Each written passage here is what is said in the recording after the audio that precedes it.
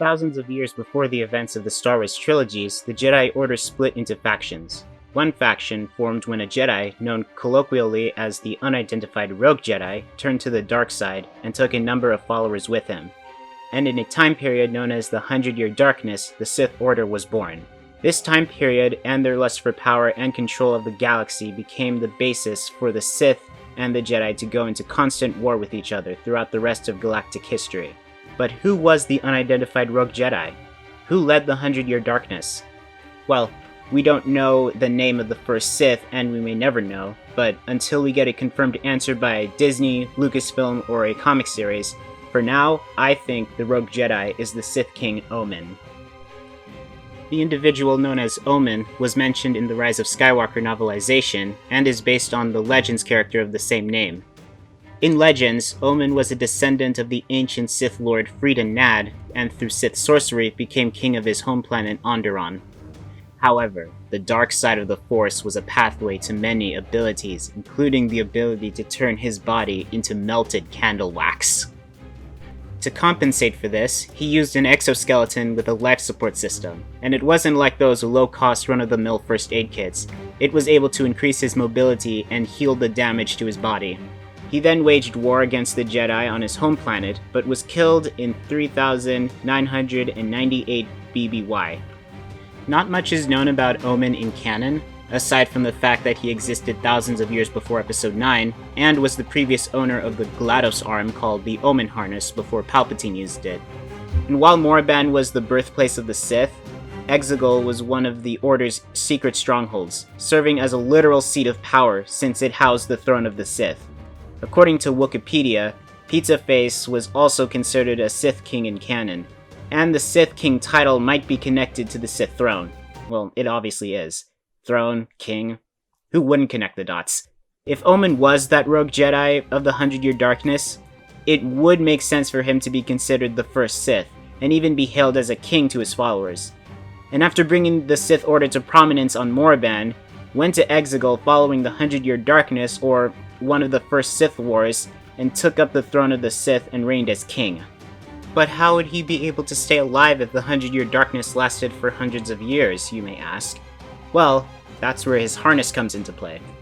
The Ommin harness was used for medical properties, aside from being a creepy and foreboding arm stretching across the darkness of the ominous temple, only to be illuminated by the searing light of the thundering, screeching, spontaneous lightning.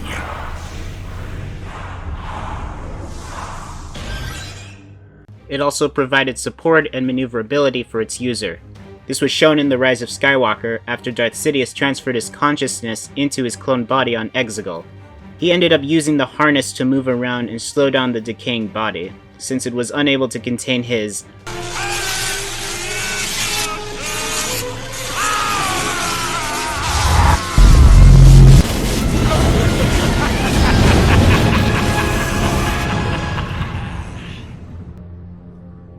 Given that Ommin was the previous owner of the harness, since it was named after him, it is my belief that the 100-Year Darkness was the reason for the harness's creation, so that it could prolong his life, just as it did the Emperor. But unlike Sidious, he might have had more time to prepare and mastered the use of his restorative fluids better. Whether he wanted to use clone bodies like Palpatine, I'm not sure. I saw it more as an opening to prolong his life rather than to cheat death or seek immortality. For me, it makes sense. Gaining the title of Sith King and having a harness named after you would connect to the 100-Year Darkness and could tie into the Sith throne on Exegol.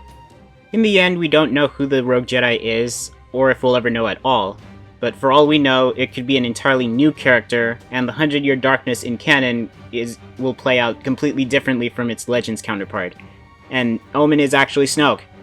I mean, they don't really look that different. If you squint one eye and squint the other eye, there you go, they're like twinning. I just saw an opportunity to connect the dots and came up with this theory. But I'm excited to see what else Disney Canon has to offer. We are getting things like the High Republic, so I'm sure they're going to dive into that lore, that little time period, and they'll probably mention who was the first Sith. So that was about it for this video. I know there are going to be some people in the comments section who are going to argue that the leaders of the 100-Year Darkness are characters like Ajunta Pall, or Zozan, or Karnus Mur, but those guys aren't canon, so we're just going to ignore that. Unless they are, and I wasn't aware of it. But we'll have to see. Anyways, guys, I hope you enjoyed this one. If you did, then be sure to force choke that like button and plunge your lightsaber into the subscribe button. And don't forget to follow me on Twitter at King Night Fury. And as always, I will see you in the next video. May the Force be with you, and have a good day.